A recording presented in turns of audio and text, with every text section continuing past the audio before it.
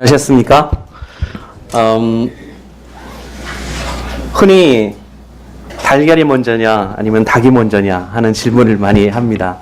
도저히 답할 수 없는 그런 질문인데, 우리가 사랑한다는 생각이 먼저 마음속에 있기 때문에 사랑한다 라고 말을 하는 경우도 있지만요, 대부분이 그렇지만요, 우리가 사랑한다는 말을 했을 때 우리 마음속에 사랑이 샘솟는 경우도 있습니다. 교육학자들이 우리 행동이 생각을 유발시킨다라는 말을 하기도 하는데, 오늘 아침에 우리 주변에 있는 우리 같은 형제 자매들에게 한번 반갑습니다 이렇게 인사를 했으면 좋겠습니다. 보고 싶었습니다 이렇게 인사를 하면은 진짜 보고 싶지 않았더라도 좀 보고 싶은 마음이 생기지 않을까요? 예, 한번 인사하겠습니다. 반갑습니다. 보고 싶었습니다.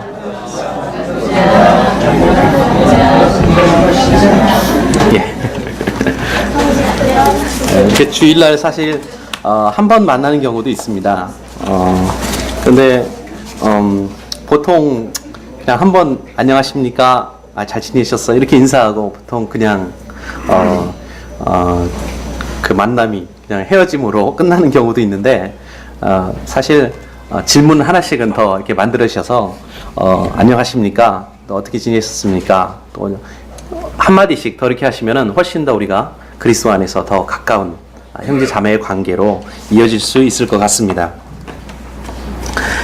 오늘 함께 읽으신 말씀은 익숙한 말씀이죠. 꽤 천국에 관한 그런 말씀인데, 포도원 주인이 포도원에서 일할 수 있는 일꾼들을 부르기 위해서 보통 시장터나 뭐 이런 데 나갑니다. 인력 이렇게 관리하는 데로 갑니다. 처음에 일꾼을 찾으러 갈 때는 굉장히 일찍 나갑니다. 아침 한 7시, 6시 이 정도에 나가는 경우도 있는데, 아마 한 7시경에, 6시경에 이렇게 일꾼들을 찾으러 간 것 같아요. 이 주인이 일꾼들에게 하루의 품삯으로 한 데나리온을 주겠다고 약속을 합니다. 이 한 데나리온이라고 하는 것은 당시에 있어서 오늘날 하루의 품삯입니다. 굉장히 적당한 하루의 품삯, 하루의 어떤 임금으로 가장 적당한 액수가 바로 한 데나리온이었습니다. 그리고 일하고자 하는 그 사람들도 역시 일꾼들도 그 임금에 동의를 했기 때문에 포도원에 이제 들어가서 일을 하려고 합니다. 나중에 좀 시간이 지나서 한 9시경에 다시 주인이 그 동네 시장터에 나왔습니다. 사람이 많이 모이는 곳에 나왔습니다. 그곳에서 일거리를 찾는 사람들이 있었기 때문에 또 그들을 발견하고는 내가 상당하게 지불할 것이다, 적당하게 지불할 것이니까 포도원으로 일하러 가자 해서 그 사람들을 데리고 갔습니다. 그리고 또 이 집주인이 12시경에 또 나왔습니다. 그때 시장터에 나와서 거기 또 아직도 서성거리고 있는 사람들을 보고는 그들에게 또 일을 하러 가자고 이제 제시를 합니다. 그래서 참 궁금합니다. 왜 이 집주인은 아침에 나왔을 때에 충분한 일꾼들을 이렇게 데리고 가지, 왜 시시각각 나와서 이렇게 사람들을 고용을 했을까? 참 궁금하죠. 왜 이 포도원 주인은 처음에 필요한 사람을 다 고용하지 않았을까? 그리고 오후 3시가 됐는데 다시 그 집주인이 나왔습니다. 집주인이 아니고 포도원 주인이 나왔습니다. 그리고 불과 일할 시간이 1시간밖에 남지 않은 한 5시경에도 또 나와서 일꾼들을 데리고 들어갔습니다. 드디어 일이 끝나는 6시가 됐습니다. 임금이 지불될 시간이죠.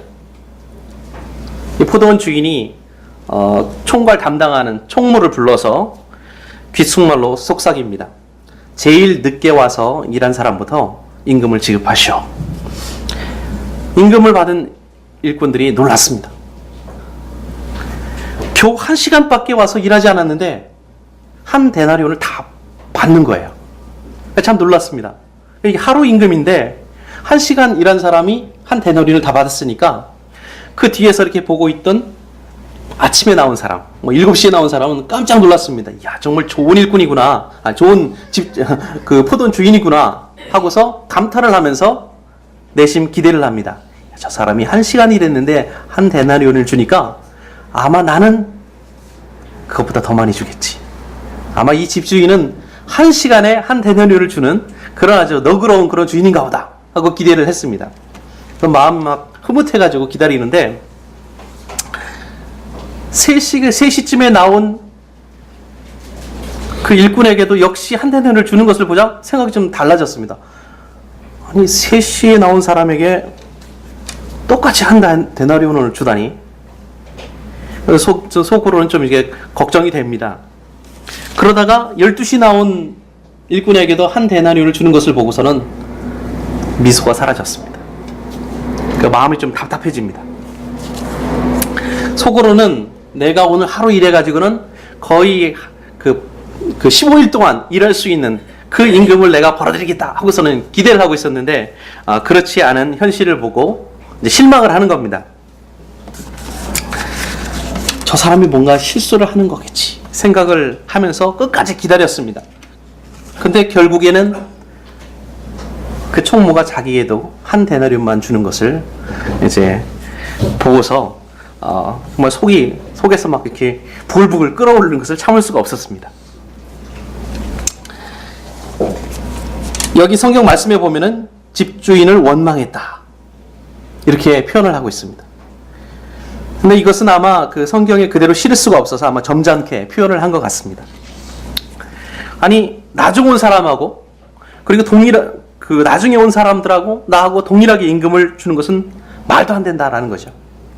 가장 늦게 온 사람은 땀 흘릴 시간도 없이 그냥 고작 1시간만 일했는데 한낮에 떼약볕에서 진종일 땀을 흘리면서 일한 우리와 똑같이 취급할 수가 있는가?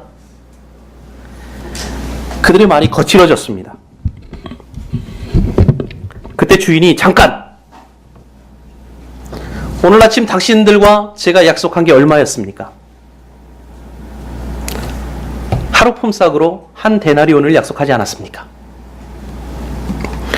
근데 그 일꾼이 말합니다. 지금은 좀 다른 상황이지 않습니까? 1시간 일한 사람에게 한 데나리온을 주었으면 당연히 그것보다 더 일한 우리에게는 더 많은 돈을 지불해야 되는 것이 정석이 아닙니까? 그래서 우리는 더 그것을 기대했습니다. 주인은 말합니다. 도대체 뭐가 잘못된 일입니까? 내가 사람들에게 너그럽게 베풀었다고 해서 당신들이 왜 그것을 싫어하고 그것 때문에 왜 불평을 합니까? 나는 그들에게 똑같이 지불하겠다고 처음부터 마음을 먹었습니다. 그것이 당신들이 상관할 바입니까? 내 돈을 내 마음대로 쓰는데 왜 당신들이 화를 냅니까? 여러분 어떻게 생각하세요? 아침 일찍부터 일한 사람들, 그 사람들의 말도 일리가 있습니다. 사실 만일 내가 아침 7시부터 일한 사람이 내가 그랬다고 한번 생각을 해보세요. 7시부터 열심히 일을 했는데 같은 상황에서 과연 우리의 마음은 어땠을까요? 일한 시간이 다른데 어떻게 똑같이 임금을 받느냐? 참 어떻게 보면 세상적인 그런 눈으로 봤을 때 우리 일반적인 사람들의 그런 어떤 습관으로 봤을 때 도저히 이해할 수 없는 공정하지 못한 그런 일입니다. 만약 여러분이 회사를 운영한다든지 뭐 이렇게 하는데 이제 직원들이 이제 필요해서 새 직원들을 채용을 할 때가 됐다고 생각을 해보세요. 지원자 중에 이제 2사람이 선정이 됐습니다. 똑같이 대학을 우수한 성적으로 졸업을 하고 또 동일한 경력을 가지고 있는 2사람입니다. 근데 한 사람은 남자고 한 사람은 여자입니다. 만약에 여러분이 여자라는 이유만으로 월급을 좀 차별 있게 덜 지급한다고 했을 때 아마 굉장히 억울하고 화가 날 것입니다. 만일 여러분이 뭐 집안에 일이 좀 필요해서 사람들을 이렇게 쓰는데 가사 도우미를 씁니다. 근데 한 사람은 2사람을 쓰는데 한 사람은 한국 사람이고 한 사람은 중국 교포예요. 근데 중국 동포란 이유만으로 여러분이 만약에 임금을 그 사람에게 적게 지불한다 라고 한다면 그것 역시 잘못된 일입니다. 일반적인 어떤 우리들의 이해 속에서 이해할 수 있는 그런 상황입니다. 오늘 이 본문 이야기도 약간 차이가 있을 뿐이지 어떻게 보면 동일한 이슈를 담고 있습니다. 뭐 만약에 전노련, 전국 노조연합 뭐 이런 데서 이런 이야기를 들었다고 한다면 아마 문제가 될 수도 있는 그런 이야기입니다. 근데 여기에서 우리에게 충격을 주는 것은 도대체 예수님이 이 땅에 계실 때 왜 이렇게 불공정한 주인의 편에서 입장에서 말씀을 하셨는가 하는 것입니다. 사실 늦게 온 사람부터 여기 보면은 늦게 온 사람부터 임금을 지불했다 이렇게 말씀을 하고 있거든요. 그것도 말이 안 되죠. 먼저 와서 일한 사람부터 임금을 지불해야지 늦게 온 사람부터 임금을 줍니까? 만약에 7시에 온 사람부터 아침에 온 사람부터 임금을 지불했다고 한다면 아마 이런 뭐 불공정한 일들을 처음부터 그 사람이 지켜보아야만 하는 일은 없었을 것입니다. 주인은 당연히 일을 먼저 시작한 사람부터 임금을 품삯을 지불하고 그들을 돌려보낸 이후에 그 다음 사람들에게 임금을 지불해야만 하는 것이 보통 있는 일이죠. 그렇게 했다면 아무도 그 사실을 알지 못했겠죠. 그런데 만약에 이런 상황 속에서 다음 날이 됐다고 생각해 보세요. 다음 날도 역시 일꾼들이 필요해서 사람들을 구하러 가야 되는데 아침에 사람들을 이제 고용하고자 했을 때 누가 아침 7시에 일하러 가려고 하겠습니까? 아마 한 5시쯤 다들 이렇게 7시에 가면 아무도 없겠죠. 한 5시쯤, 오후 5시쯤 돼야지 사람들이 우르르 몰려와서 오늘도 1시간만 일하고 한 데나리온을 벌어야 되겠다라는 사람들이 생기지 않을까요? 이 이야기는 특별한 무엇인가가 담겨 있는 것 같습니다. 그렇지 않다면 도무지 이 이야기를 이해할 수가 없습니다. 이 이야기를 바로 이해하기 위해서는 실마리가 필요한데 이 실마리는 이 본문 속에는 없습니다. 오히려 그 전장 19장을 우리가 읽어보기 전에는 이 이야기의 요점을 놓칠 수밖에 없습니다. 여러분 19장에 어떤 이야기가 있습니까? 기억하세요? 뭐 여러 가지 이야기가 있지만 마지막 부분에 예수님이 한 젊은 부자 관원과 함께 대화를 하는 장면이 있습니다.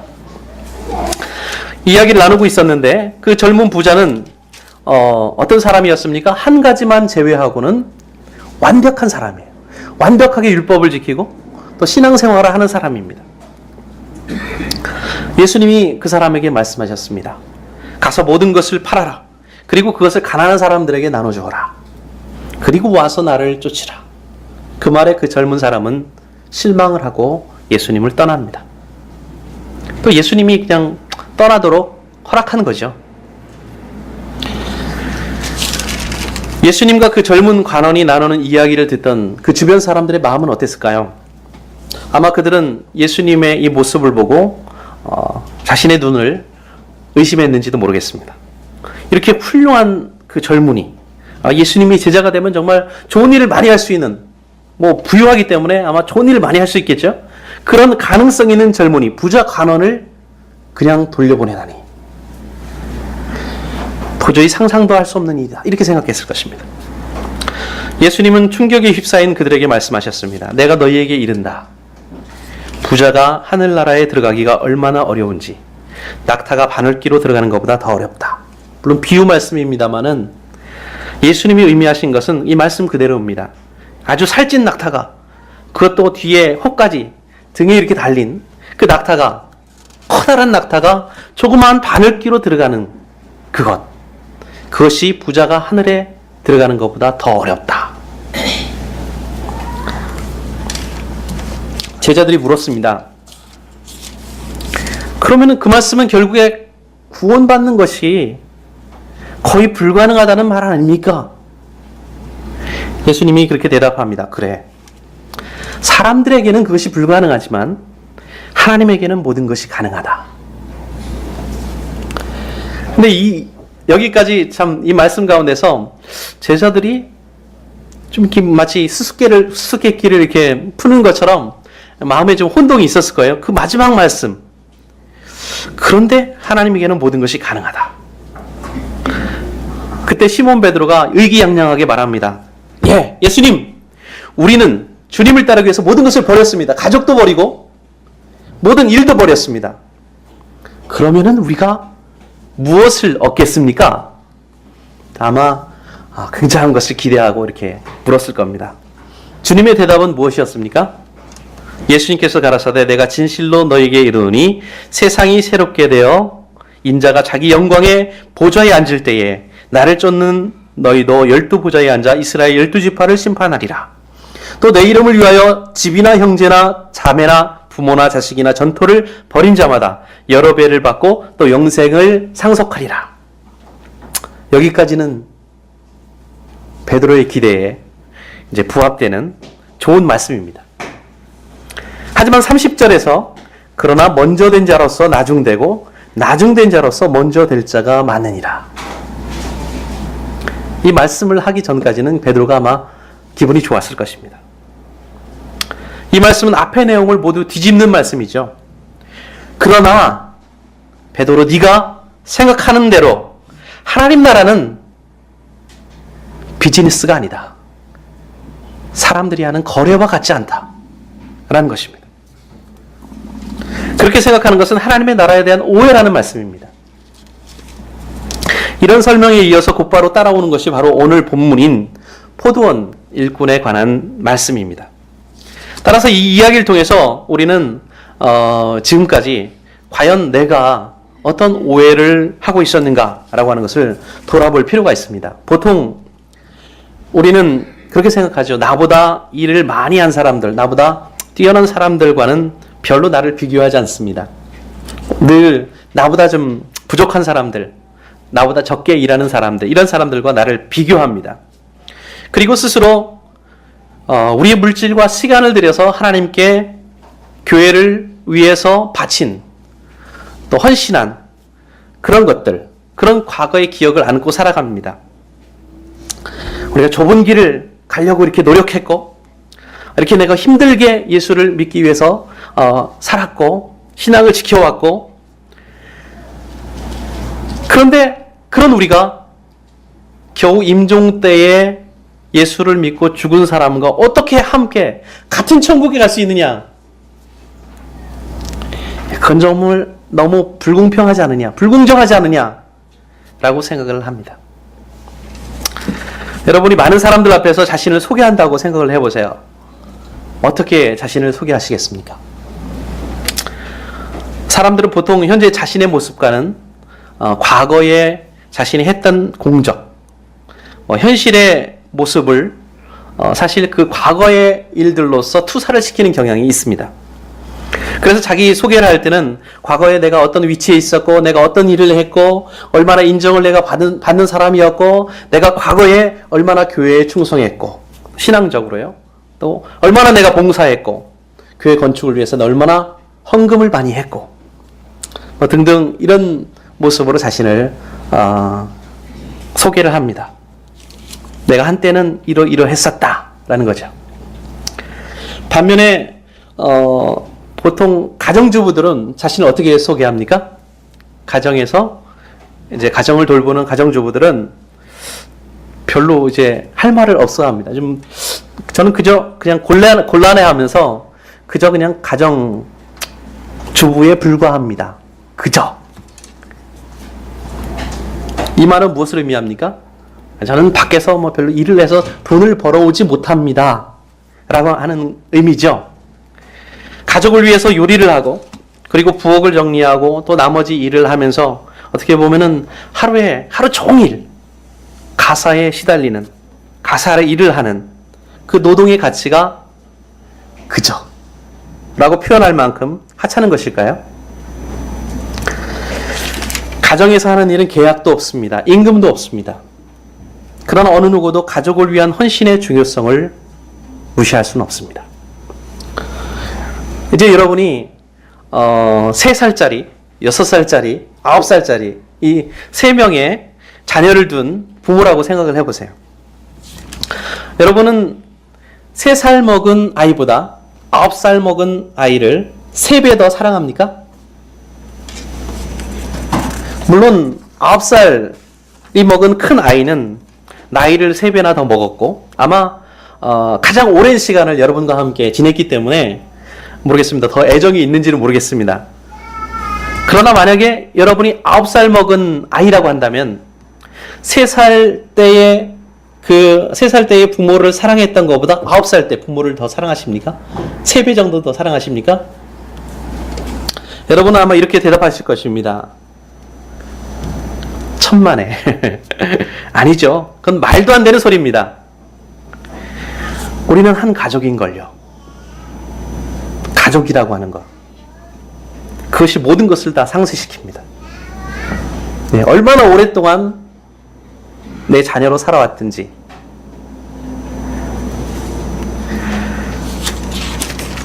가족 간에는 얼마나 오랫동안 함께 했는지가 중요하지 않습니다. 과거보다 현재가 중요하기 때문입니다. 지금 함께 있다라고 하는 그 사실이 더 소중하기 때문입니다. 오늘 읽으신 포도원과 일꾼들의 계약에 대한 이야기는 우리들이 하나님의 가족이 되는 과정에 대한 이야기입니다. 베드로는 이것을 어떤 사업이나 어떤 거래, 이런 계약, 그런 사업적인 거래, 이런 걸로 생각을 했습니다.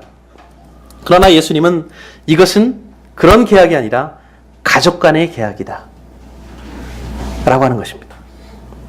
포도원 주인이 누굽니까? 하나님이시죠. 지금 어디 계십니까?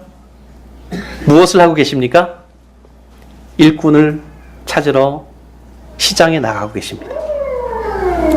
아직 포도원의 청함을 받지 못한 사람들을 찾기 위해서, 아직도 그 부르심에 응답할 기회를 얻지 못한 그 사람들을 위해서 포도원 주인은, 하나님은 지금도 부지런히 그 사람들을 찾기 위해 시장터를 찾고 계십니다.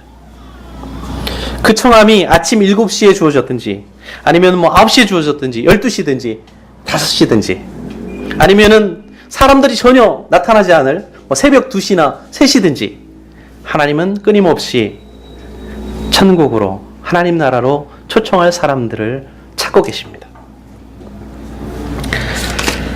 누가 더 많이 달라고 할 수 있는 게 아니죠. 천국은 완벽하고 완전한 곳입니다. 그곳에 들어갈 수 있다는 그것만으로도 우리에게는 가장 귀한 보물을 소유한 것이 되는 것입니다. 우리가 포도원 주인 대신 하나님의 부르심을 받고 포도원에서 일을 하고 있는 일꾼이다 라고 하는 사실을 다시 한번 상기하시길 바랍니다. 누가 언제 부름을 받았고, 과거에 내가 어떤 모습으로 살았고, 얼마나 오랫동안 내가 믿었고, 그것은 중요하지 않습니다. 중요한 것은 우리 모두가 다 하나님의 부름을 받은 한 가족이고, 지금 여기서 함께 하나님의 가족으로서 하나님 앞에 예배를 드리고 있고, 하나님을 섬기고 있고, 또 그 기쁨 가운데서 서로 나눔을 하고 있다는 사실입니다. 그런 관계 속에서 언제나 하나님께 감사하고, 또 그것으로 만족하고, 또 그 감사를 예배와 우리 삶 속에서 하나님 앞에 드리는 성실한 삶으로, 또 신실한 삶으로 돌려드리는 우리 모두가 되기를 예수님의 이름으로 축원을 드립니다.